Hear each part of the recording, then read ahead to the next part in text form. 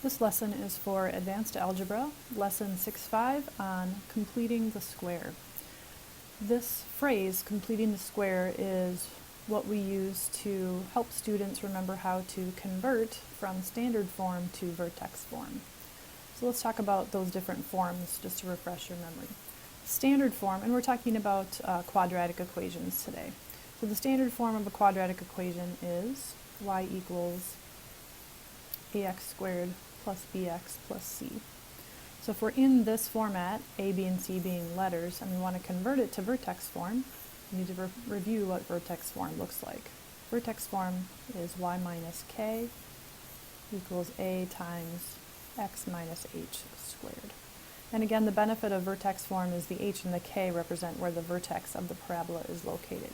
So if we're in standard form, there would be reasons why we would want to convert into vertex form. And so we're going to learn how to do that today. Another thing that we need to quickly review is the square of a binomial.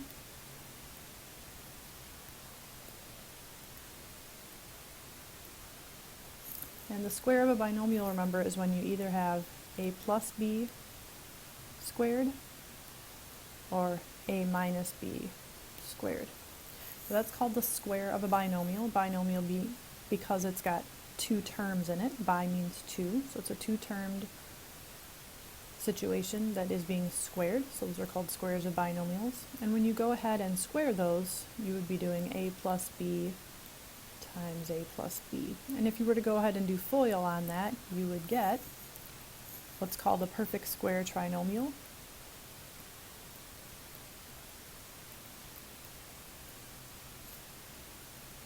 And so if you did FOIL on a plus b times itself twice, you would end up with a squared plus 2ab plus b squared if you're doing the plus version, or if you're doing a minus b times itself, you would write out a minus b twice, because that's the same thing as squaring it. And if you did that and did FOIL on that, you would get a squared minus 2ab plus b squared. So we just needed to review that vocabulary for what we're going to do next with completing the square. So we're going to look at example 1 in the textbook from page 401. And it says or asks what number should be added to make this into a perfect square trinomial. So remember that a perfect square trinomial is this right here. And so it's the result of taking either something plus something squared or something minus something squared. So we want to look at what we have. We have an a value here of 1. We have a b value or a middle term here of 6, and we don't know what the ending value is. But we know that this came from x plus or minus something. And so we got to think about x plus what times itself will turn into a 6x in the middle and an unknown number here on the end. Another way to write it is to think about it in terms of a picture. So we're going to draw it out here as a square or a rectangle. So if you have x plus something, and we don't know the size of that something, we'd get x squared here, and these two values here are going to add together to make the 6x in the middle. So we know that there's going to be 2 of them.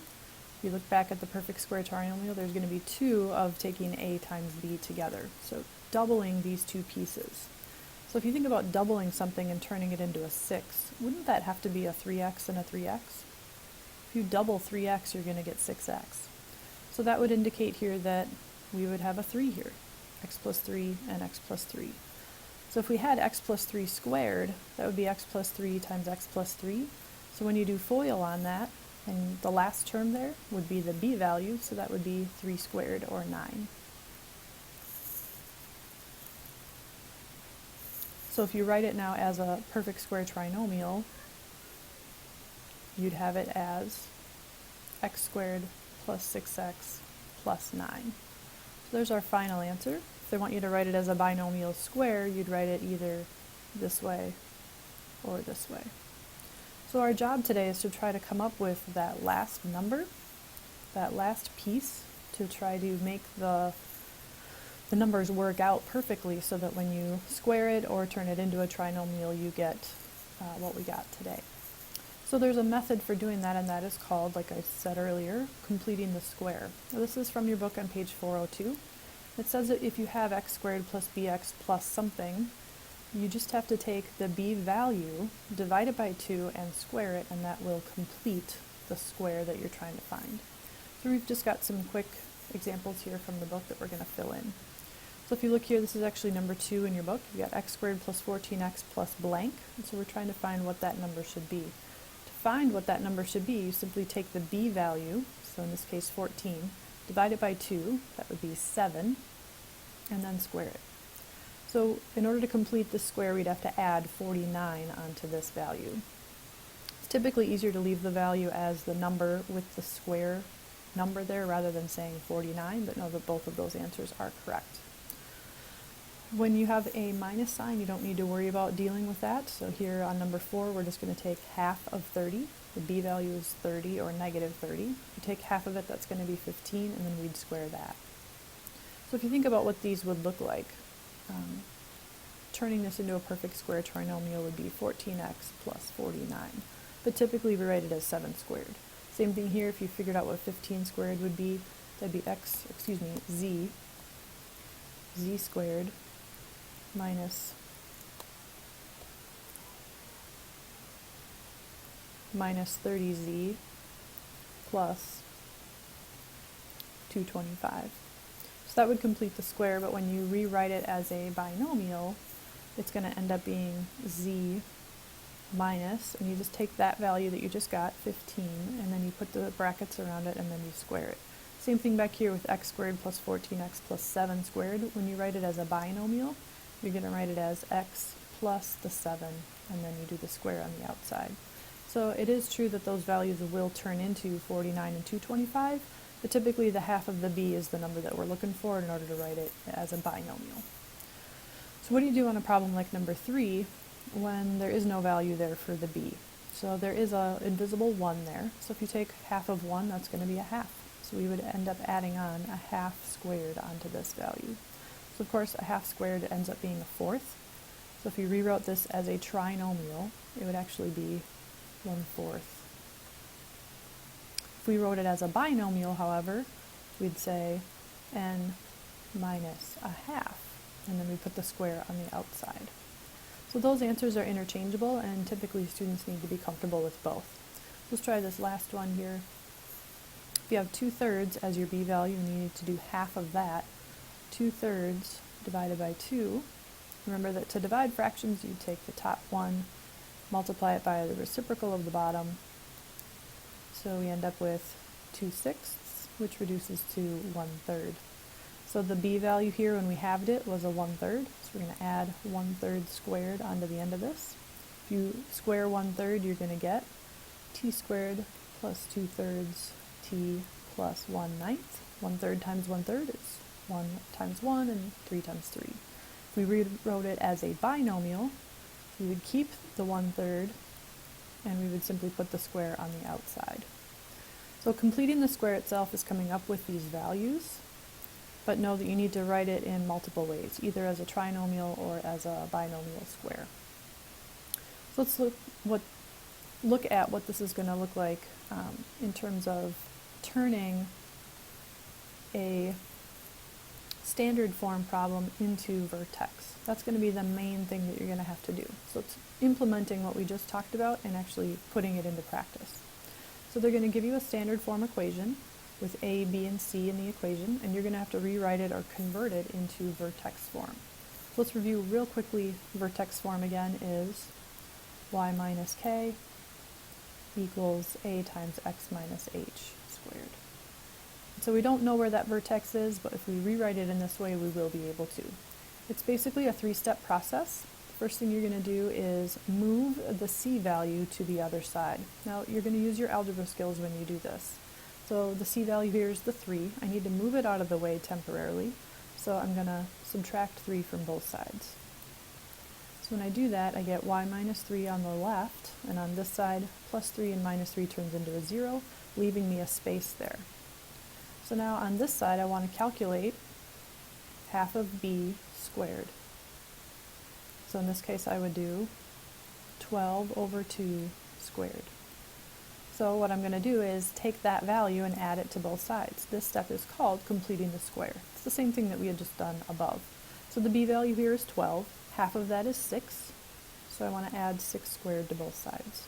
As long as I do it to both sides of the problem, I'm not changing any values. Equations have to be balanced, so whatever you do to one side, you have to do to the other.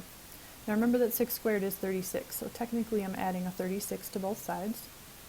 However, when I go from step 2 to step 3, it's going to be easier for me to leave it as 6 squared. Now when I rewrite that as a binomial, that number that I just wrote, the 6, stays and the square goes on the outside. Over here I just need to simplify these two values together. 6 squared is 36, minus 3 is 33. So now my problem is written in vertex form. I can see now that my vertex would be at -6 and -33. Remember, when you take the vertex from the equation, you always grab the opposite of the signs that are there. So in step 2 to step 3, again, you're trying to find half of that b value, and you're going to square it and add it to both sides. Then you simplify on the left, and you rewrite the right as x plus half of b, and then you put the square on the outside. Why don't you take a moment right now to try this on your own, see if you can handle rewriting x squared plus 4x plus 11 in vertex form. Go ahead and pause the video, try it for yourself, and I'll reveal the answer shortly. Well, I hope you were able to attempt that problem on your own. Remember that your first step is to move the c value to the other side by adding the opposite. Then you need to complete the square by figuring out what you're going to add to both sides. To figure out what you're going to add to both sides, remember it comes from you taking the b value, dividing it by 2, and then squaring it. So in this case, half of 4 is 2, and then we squared that. So I added 2 squared to both sides. When I rewrote it in binomial form, I just take my x, I take the number that I just created, put those together in binomial form, put a square with it. On this side I just simplify. -11 plus 4 is -7. Now if you needed to find the vertex, you can find it very easily here by saying -2, 7. We're going to try one more problem, but know that this is the basic problem that you need to be able to do and perform on tests and quizzes. The next one is your last one, and this may be on a separate page from your notes that were handed out in class. Know that this one comes from page 404 in your book. So if you need more reference, you can go ahead and look that up. Notice that on this particular problem, the a value is not 1 like it was on our previous one. So this one involves an extra step or two where we have to move that a value out of the way temporarily. Notice that your first step remains the same. You're still going to move the c value to the other side as your first step, just like we did in the previous. So we added -12 to both sides. Then we're going to move the a value out of the way temporarily. So the a value here is a -16. To move it out of the way, I just divide both sides by -16. So when I do that, the -16s will cancel here. Over here I get this really ugly fraction, but that's okay. You can leave it like that.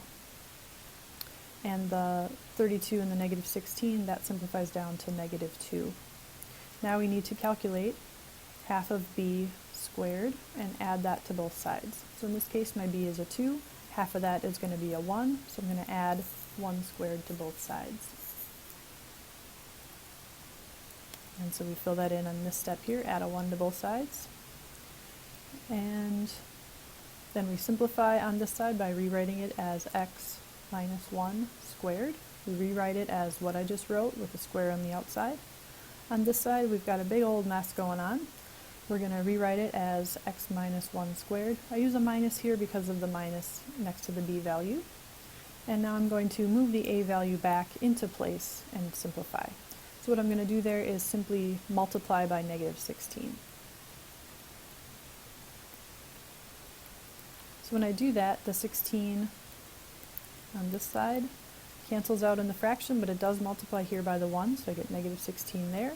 The -16 moves in front, and then I just simplify these two values by making them -28.